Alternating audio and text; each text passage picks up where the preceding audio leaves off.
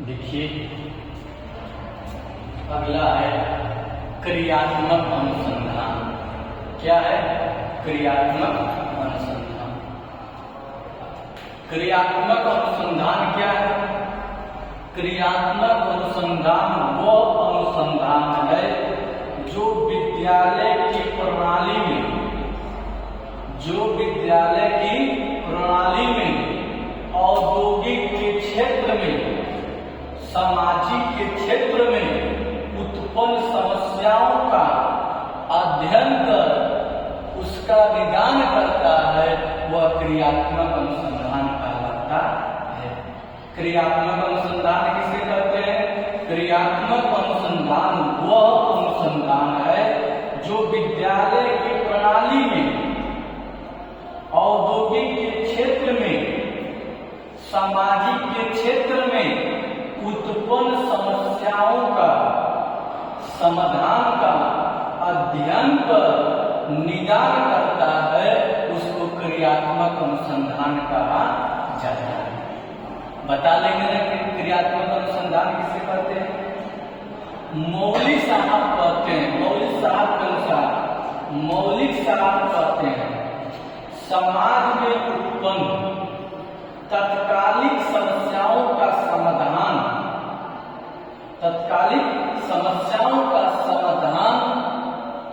क्रियात्मक अनुसंधान में होना या अनुसंधानकर्ता द्वारा समस्या का निदान करना क्रियात्मक अनुसंधान कहलाता है। अब चलते हैं, जो भी चीजें कहा जाता है कि जो भी वस्तुएं, जो भी चीजें इस धरा पर बनी है उसकी कुछ न कुछ अपनी अलग एक विशेषता है। इस धरा पर जो कुछ प्रकृति ने दे रखी है, इस धरा पर इस रूप में जो कुछ मिला है उसमें कुछ न कुछ विशेषता है, तब जाकर के लोग उसको जानते हैं, मानते हैं, पूजते हैं। ठीक है? उसी तरह से क्रियात्मक अनुसंधान की विशेषताएं कुछ हैं जिनको हम जानेंगे।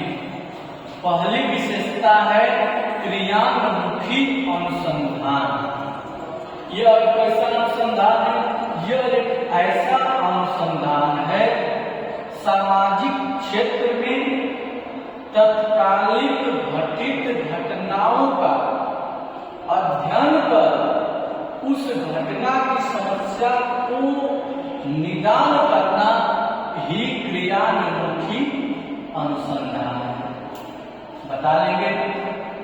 देखिए, जब व्यक्ति के सामने कोई समस्याएं अचानक उत्पन्न हो जाती हैं तो उस समस्याओं को अचानक समाधान, मतलब कि जैसे समस्या उत्पन्न हुई वैसे अगर कोई समाधान मिल जाता है तो व्यक्ति के अंदर जो परेशानी रहती है, व्यक्ति का जो बाहर आता है, सर्कुलेशन जो बाहर आता है वो बराबर हो जाता है।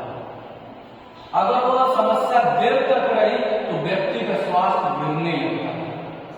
कभी भी आप भी जीवन, आपका भी जीवन चल रहा है, आपके जीवन में भी उतार चढ़ाव आएंगे या न आए तो सबसे बड़ी बात है, अगर आते हैं उन समस्याओं का समाधान यदि तुरंत समाप्त हो जाता है तो आप अपने आप को सबसे बड़ा उस समय सुख अनुभूति होती है। समझ रहे हैं? अगला चलेंगे, तत्कालिक समस्याओं में सुधार। विद्यालय की प्रणाली में, औद्योगिक के क्षेत्र में, सामाजिक के क्षेत्र में अगर कोई समस्या उत्पन्न हुई है उनमें तत्कालीन सुधार कर दिया जाता है अध्ययन करके। किसके द्वारा? अनुसंधानकर्ता द्वारा। उसी को तत्कालिक समस्याओं में सुधार अनुसंधान कहते हैं। अगला है चक्रात्मक अध्ययन। देखिए, कभी कभी ऐसे कुछ समस्याएं होती हैं जिनको हम चाहें कि एक दिन में सुधार कर लें, ऐसा संभव नहीं होता है। जिस प्रकार से आप देखेंगे गांव घर में कोई आपसे विवाद हो जाता है, पहली बैठक होती है, उस बैठक में दोनों तरफ उत्तेजनाएं बड़ी तेज होती है, हम ना माना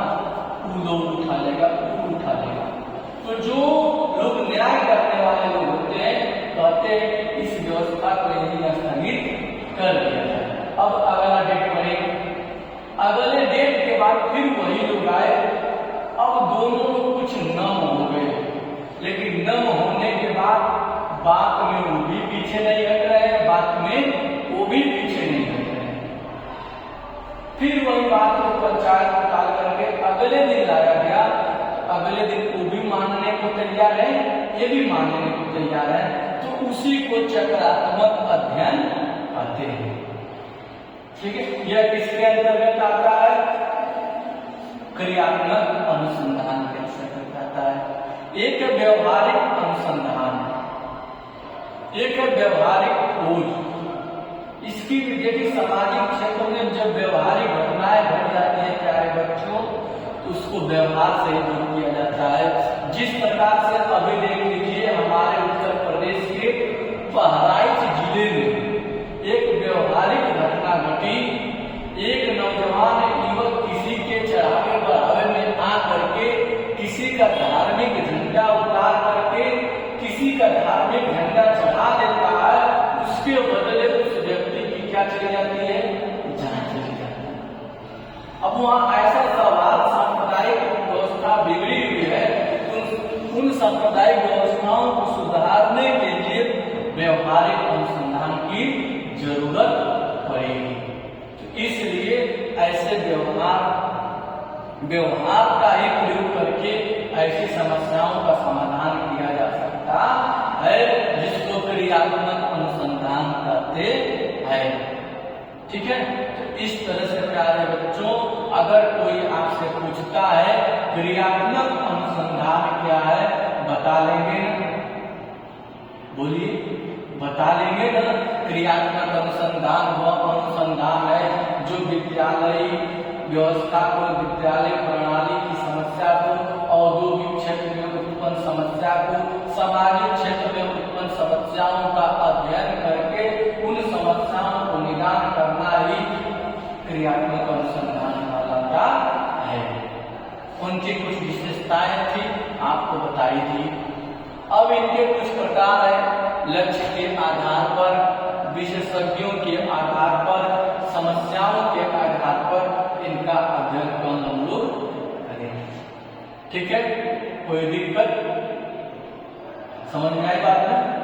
देखिए, जीवन है, यह जीवन का चक्र है। ध्यान लीजिए, इस जीवन में तमाम प्रकार की कठिनाइयां आएंगी। आपको यह बातें क्यों बताई जा रही है?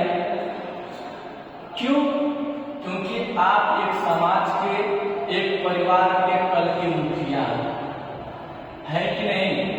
जब आपके मन में, आपके दिमाग में, आपके दिलों में यह बात पहले से भरी रहेगी, आपके सामने ऐसी समस्याएं आएंगी, तो आपको किसी की सहारे की जरूरत नहीं पड़ेगी। अगर उस समय कोई सहारा चाहिए, आपके साहस, आपका साहस से आपका रास्ता निकालेगा। ठीक है, आज बस इतना ही। धन्यवाद।